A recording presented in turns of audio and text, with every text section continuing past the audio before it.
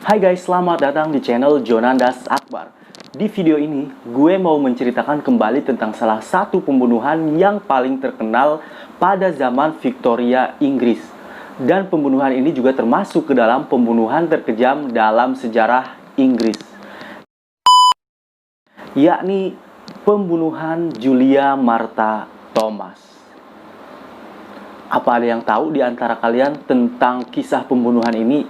Ya, pembunuhan ini adalah pembunuhan yang dilakukan oleh seorang pembantu bernama Kate Webster terhadap majikannya bernama Julia Martha Thomas. Pembunuhan ini dilakukan dengan cara yang sangat kejam, yakni pertama dia menikam leher majikannya, kemudian memotong dan merebusnya, lalu membuang bagian tubuhnya yang lain dibuang ke sungai Thames. Motif apa yang membuat Webster tega melakukan pembunuhan tersebut, dan kenapa pembunuhan ini masuk ke dalam pembunuhan terkejam dalam sejarah Inggris? Daripada penasaran, langsung saja kita simak ceritanya.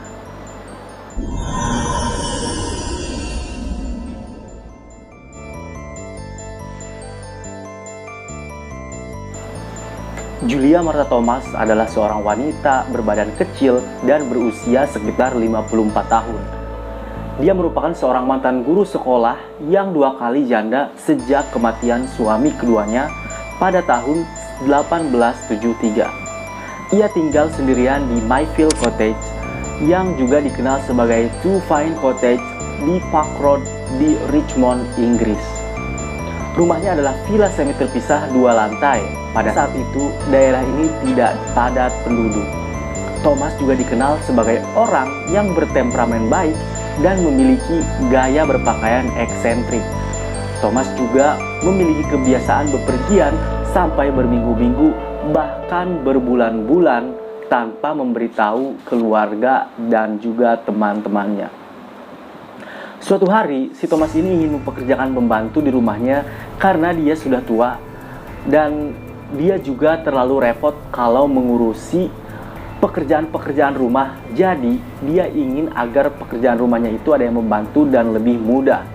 Nah, namun si Thomas ini dikenal sebagai majikan yang keras dan memiliki kebiasaan yang tidak teratur sehingga membuat ia sulit untuk menemukan pembantu. Hingga akhirnya pada tanggal 29 Januari 1879, Thomas mengambil Kate Webster sebagai pembantunya berdasarkan referensi dari temannya yang bernama Lauder. Karena pada saat itu, pembantu Lauder yang bernama Cres sedang sakit, jadi si Kate Webster ini bekerja di tempat Lauder untuk menggantikan si Cres. Dan kemudian pada saat itu Lauder merekomendasikan Kate Webster ke Thomas karena Lauder tahu bahwa Thomas, yakni temannya ini, bahwa Thomas sedang mencari pembantu. Maka direkomendasikanlah si Webster ini untuk bekerja di tempatnya Julia Martha Thomas. Lantas apa hubungan si Kate dengan Webster ini? Jadi si Kate ini adalah teman lamanya Webster yang mengurus anak Webster pada saat Webster dihukum penjara.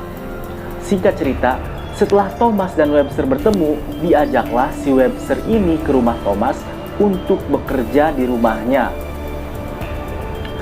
Dan yang lebih parahnya lagi, si Thomas ini tidak menanyakan terlebih dahulu background si Webster seperti apa. Nah guys, jadi inilah pentingnya kita harus tahu background seseorang, karena ini menyangkut hubungan antara kita dengan orang tersebut.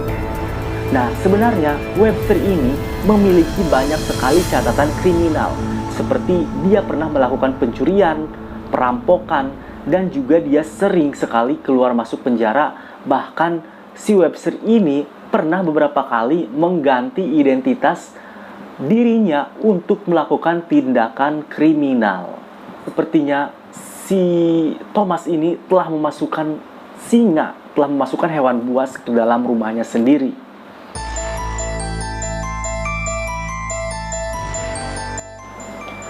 Setelah Webster bekerja dengan Thomas, hubungan keduanya tidak harmonis dan tampak memburuk dengan sangat cepat. Thomas tidak menyukai kinerja Webster dan sering mengkritik Webster. Kemudian Webster berkata, "Awalnya saya pikir dia adalah wanita tua yang baik, namun kenyataannya tidak. Dia selalu melakukan banyak hal untuk mengganggu saya. Selama bekerja, ketika saya menyelesaikan pekerjaan saya di kamar, dia memeriksanya kembali setelah saya mengerjakannya dan menunjukkan ke beberapa tempat di mana dia mengatakan saya tidak pernah membersihkannya, seolah menunjukkan bukti roh jahat ke arah saya." Dan pengakuan si Webster ini adalah pengakuan si Webster pada saat ia di pengadilan. Jadi si Thomas ini suka sekali mengkritik pekerjaan pembantunya.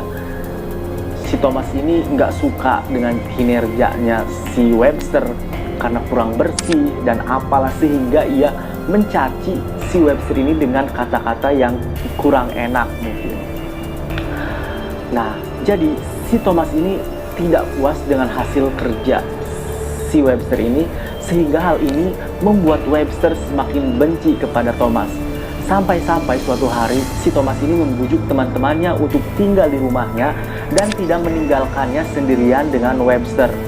Pada saat itu, Thomas sudah mengatur bahwa dia akan memecat Webster pada tanggal 28 Februari. Hal ini diketahui pada buku harian Thomas di halaman terakhir yang berbunyi, "Beri Kate Webster peringatan untuk pergi." Dan buku ini diketemukan pada saat Thomas telah meninggal, dan di catatan diarinya ada tulisan seperti ini. Pada saat Webster tahu ia akan dipecat, ia memohon kepada Thomas untuk tetap mempekerjakannya selama 3 hari hingga Minggu 2 Maret.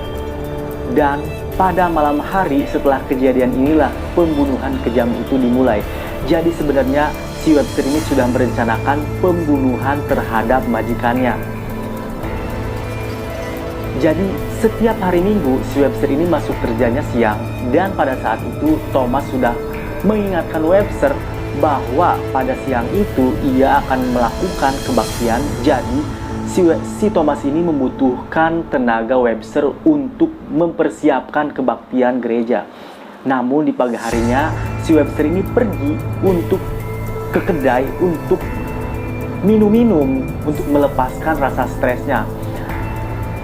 Nah, sehingga menyebabkan si Webster ini datang terlambat dan membuat Thomas sangat marah. Kenapa Thomas marah? Karena si Webster telat, jadi si Thomas juga terlambat mempersiapkan kebaktian gereja karena tidak ada yang membantunya. Nah, pada saat si Webster datang, kemudian si Thomas marah-marah kepada si Webster hingga keduanya bertengkar dan adu mulut, cekcok seperti itu. Nah, singkat cerita, setelah itu si Thomas pergi ke gereja, namun teman-temannya melihat Thomas tidak seperti biasa, melainkan Thomas terlihat sangat cemas dan gelisah. Pada saat itu temannya nanya dong, "Kenapa Thomas? Kamu kelihatan tidak seperti biasanya. Kenapa hari ini kamu kelihatan cemas dan gelisah?" Dan Thomas pun menjawab, "Aku telat karena pelayanku mabuk. Dan dia datang terlambat sehingga aku pun terlambat untuk mempersiapkan kebaktian ini. Dan setelah aku tegur si Webster itu, dia malah marah dan bersikap sangat mengerikan," kata si Thomas kepada temannya ini.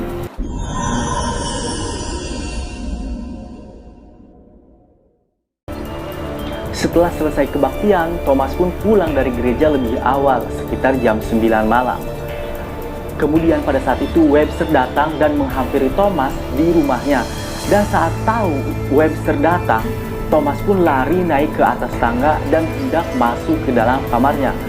Dengan seketika itu Webster lari dan mengejar Webster, dan mereka bertengkar sehingga keduanya berada di puncak emosi yang sangat tinggi. Lalu kemudian Webster melempar Thomas dari atas tangga ke lantai dasar sampai terjatuh. Tentu saja si Thomas ini kalah. Secara si Thomas ini umurnya lebih tua daripada si Webster.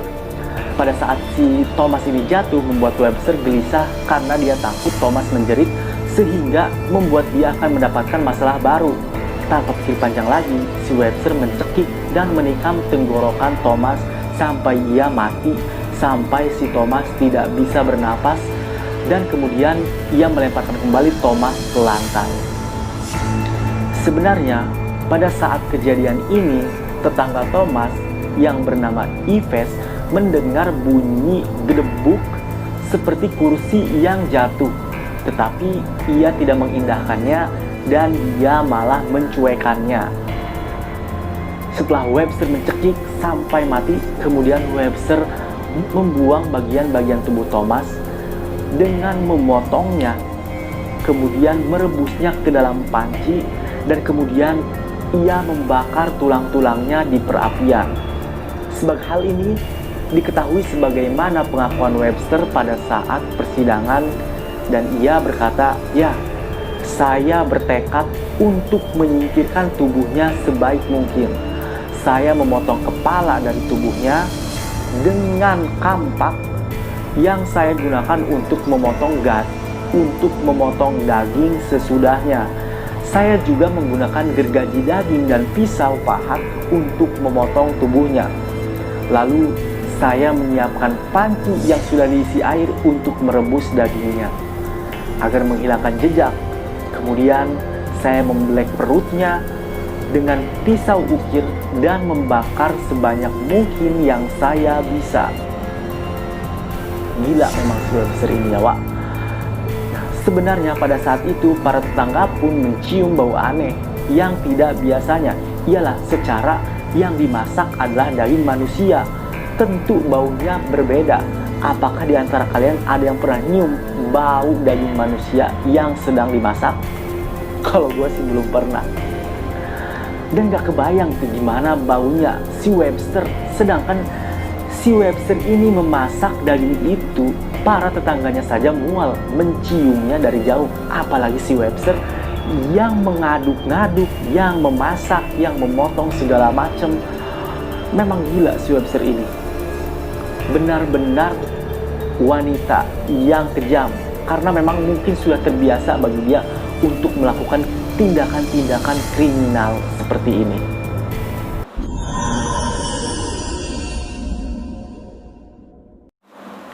Setelah kejadian pembunuhan itu, aktivitas di Mayfield Cottage berjalan seperti biasa, tanpa ada yang mencurigai kalau si Webster ini sudah membunuh majikannya dengan sadis dan sangat tidak manusiawi. Dan si Webster pun tetap santuy dan bekerja seperti biasa, seolah-olah tidak terjadi apa-apa. Selama itu pula Webster mengemas dan merapikan jasad Thomas yang sudah dipotong-potong itu ke dalam sebuah tas Gladstone. Tas Gladstone seperti ini kalau kalian tidak tahu, dan sebuah kotak kayu bertali. Dia tidak memasukkan kakinya ke dalam wadah karena tidak muat, sehingga ia melemparkan kakinya tersebut ke dalam tumpukan sampah. Sementara kepala Thomas dikubur di bawah lubang dekat dinding yang tidak jauh dari rumah Thomas, di mana tengkorak kepala ini ditemukan 131 tahun kemudian, yakni pada bulan Oktober 2010 silam. Kemudian pada tanggal 4 Maret, Webster pergi untuk menemui tetangga lamanya yang bernama Potter dengan mengenakan gaun sutra Thomas sambil membawa tas Gladstone, yang dimana isi dari tas Gladstone ini merupakan potongan tubuh Thomas. Nah, pada saat ia berjumpa dengan Potter, si Webster ini ngaku-ngaku bahwa dia adalah Nyonya Thomas yang telah menikah, lalu punya anak, dan kemudian dia ditinggalkan suaminya sehingga menjadi janda, dan kemudian ia diberikan rumah oleh bibinya di Richmond. Di sepanjang jalan, ia membuang tas yang dibawa dan menjatuhkannya di sungai Thames. Kemudian si Webster ini meminta tolong kepada anak Potter untuk membawakan kotak berat dari to Mayfield Cottage ke stasiun, dan kemudian ia sengaja menjatuhkan kotak tersebut pada saat menyeberangi Richmond Bridge. Dan terus pada saat tas ini jatuh, si anak yang membawa tas si Potter ini tentu panik dong. Dan tadinya si anak ini juga akan mengambil tas tersebut ke dalam sungai. Namun si Webster ini mencegah anak tersebut untuk melakukan hal demikian. Dan kemudian si Webster ini menjelaskan pada anak tersebut bahwa di dalam tas itu tidak ada apa-apa. Dan ya sudahlah, gak apa-apa, kalaupun itu jatuh, gak usah diambil. Nah, sehingga pas si Webster berbicara demikian, anak itu pun tenang dan anak itu tidak ada curiga apa-apa gitu. Oh ya udahlah, yang punyanya aja, nggak peduli, ya udah gitu. Nah, namun keesokan harinya kotak tersebut ditemukan oleh Henry Wheatley yang merupakan seorang buruh batu bara yang sedang mengendarai gerobaknya melewati jembatan kereta api Barnes. Awalnya si Wheatley ini berpikir bahwa kotak ini hasil curian, dan di dalam benaknya mungkin di dalam kotak ini banyak sekali harta benda yang bisa ia ambil dan kemudian bisa ia pergunakan untuk membiayai hidupnya. Kemudian Henry pun mengambil dan membuka kotak tersebut. Setelah kotak tersebut dibuka, terciumlah aroma tidak sedap dan bau busuk. Dan ternyata isi di dalam tersebut lebih mirip seperti bagian tubuh yang dipotong-potong dan dibungkus kertas. Gagal bayangan dia untuk mendapatkan harta benda seperti yang sudah dia bayangkan sebelumnya. Nah, setelah itu dia pun membawa kotak tersebut dan melaporkan hasil temuannya itu ke polisi. Pada waktu yang sama, kaki dan pergelangan manusia ditemukan di Twickenham. Dan ternyata potongan tubuh tersebut adalah potongan tubuh yang sama, tetapi pada waktu itu tidak ada satupun dokter yang menghubungkan jasad tersebut, yang menghubungkan potongan tubuh tersebut dengan Thomas. Dan belum ada yang mampu menguak siapa sebenarnya potongan tubuh tersebut. Kemudian potongan tubuh tersebut dikuburkan dan dimakamkan di Barnes pada 19 Maret. Nah, dari sinilah media koran pada saat itu menjuluki pembunuhan tersebut sebagai Misteri Barnes. Dan ada juga yang berspekulasi bahwa mayat tersebut telah digunakan untuk pembedahan dan studi anatomi. Di samping kejadian ini, Webster tetap tinggal di rumah Thomas dan menyamar sebagai Thomas dengan mengenakan pakaian almarhum majikannya. Dan dia pun berdandan seperti Thomas dan melakukan kegiatan seperti biasa, seolah-olah tidak pernah terjadi apa-apa.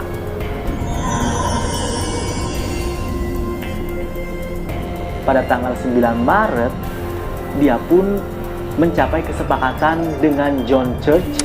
Si John Church ini merupakan orang yang suka membeli barang-barang dari orang lain, istilahnya kolektor gitu ya. Nah, John Church ini, si Webster ini menjual barang-barangnya ke John Church dan barang-barang Thomas yang lainnya dengan harga 68 pound sterling dengan pembayaran di muka sebesar 18 pound sterling. Jadi sebenarnya si John Church ini tidak mengetahui dan tidak menyadari kalau dirinya sedang ditipu oleh si Webster. Kenapa ditipu? Karena si Webster ini ngaku-ngaku ke si John Church bahwa dia ini adalah Nyonya Julia Martha Thomas. Hingga pada suatu hari, pada saat si John Church dan anak buahnya memindahkan barang-barang di rumah Thomas, tetangganya curiga karena mereka sudah lama gak pernah melihat Thomas. Kok tiba-tiba Thomas mau ngejualin barang-barangnya, dan para tetangganya ini curiga sehingga mereka menghampiri orang-orang yang membawa barang-barang Thomas tersebut dan bertanya, "Kalian mengambil barang-barang ini dari siapa?" Kemudian orang tersebut menjawab, "Nyonya Thomas," sambil menunjuk ke arah Webster. Dan para tetangganya ini pun kaget. "Hah? Thomas? Itu tuh bukan Thomas, itu tuh Webster, pembantunya." Nah, sebenarnya apa yang sebenarnya terjadi? Banyak sekali pertanyaan di para banyak sekali pertanyaan dari para tetangganya tersebut. Nah, pada saat itu juga si Webster lari karena dia merasa kedoknya sudah terbongkar. Pada saat Webster melarikan diri ini, dia naik kereta ke Liverpool dan melakukan perjalanan ke rumah keluarganya di Enniscorthy. Sepandai-pandainya kau menyimpan bangkai, pasti akan kecium juga. Inilah peribahasa yang cocok untuk Webster. Sementara itu, gereja mulai menyadari bahwa dia telah ditipu, dan pada saat barang-barang Thomas sedang diangkut ke mobil, pihak gereja ini menggeledah dan melihat pakaian Thomas, dan ternyata di beberapa pakaian tersebut ada beberapa surat dari gereja yang ditujukan untuk Thomas yang asli. Pada saat itu pula polisi dipanggil dan menggeledah to Mayfield Cottage dan juga rumah Thomas. Di sana para polisi menemukan noda darah, tulang jari yang terbakar di perapian, serta sepucuk surat yang ditinggalkan Webster untuk memberikan alamat rumahnya di Irlandia.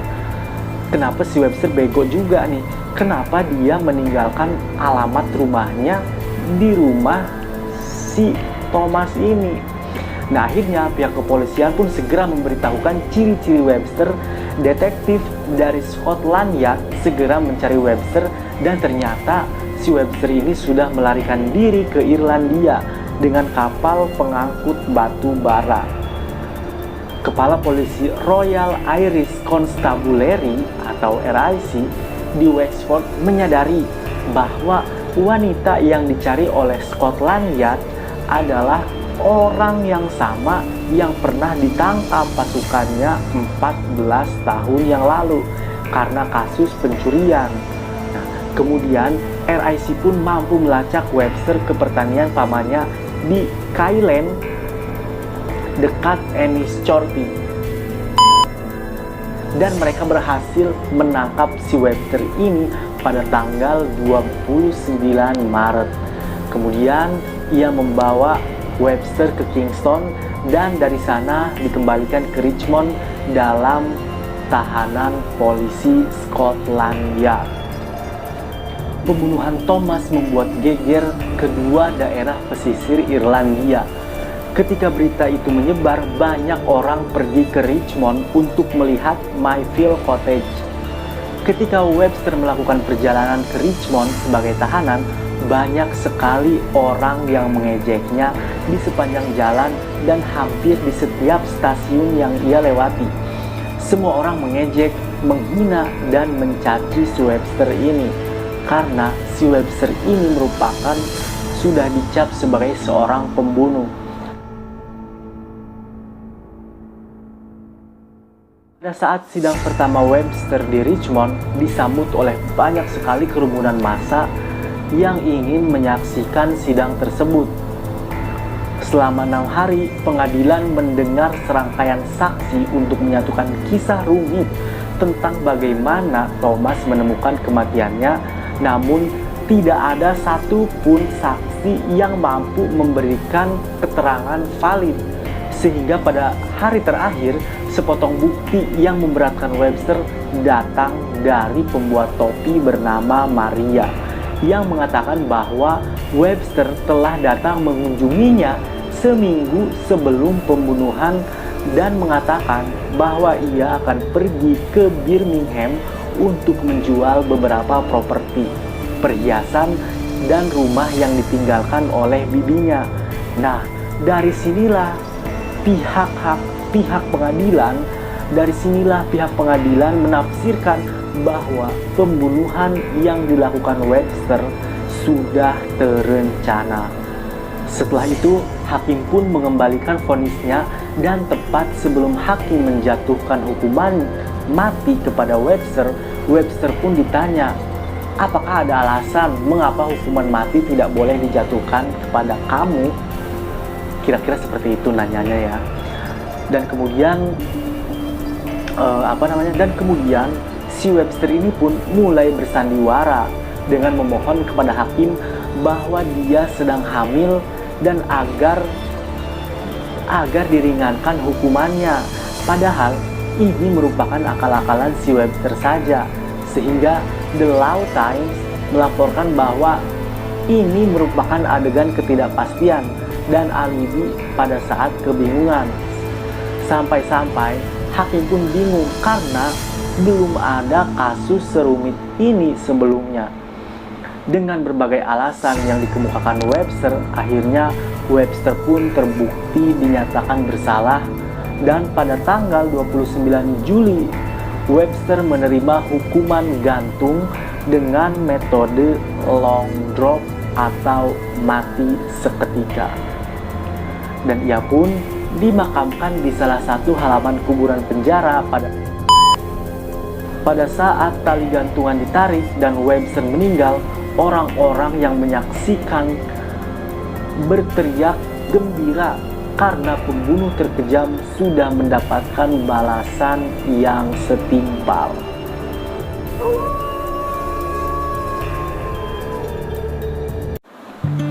Nah guys, itulah kisah tentang pembunuhan terkejam yang pernah terjadi di Inggris.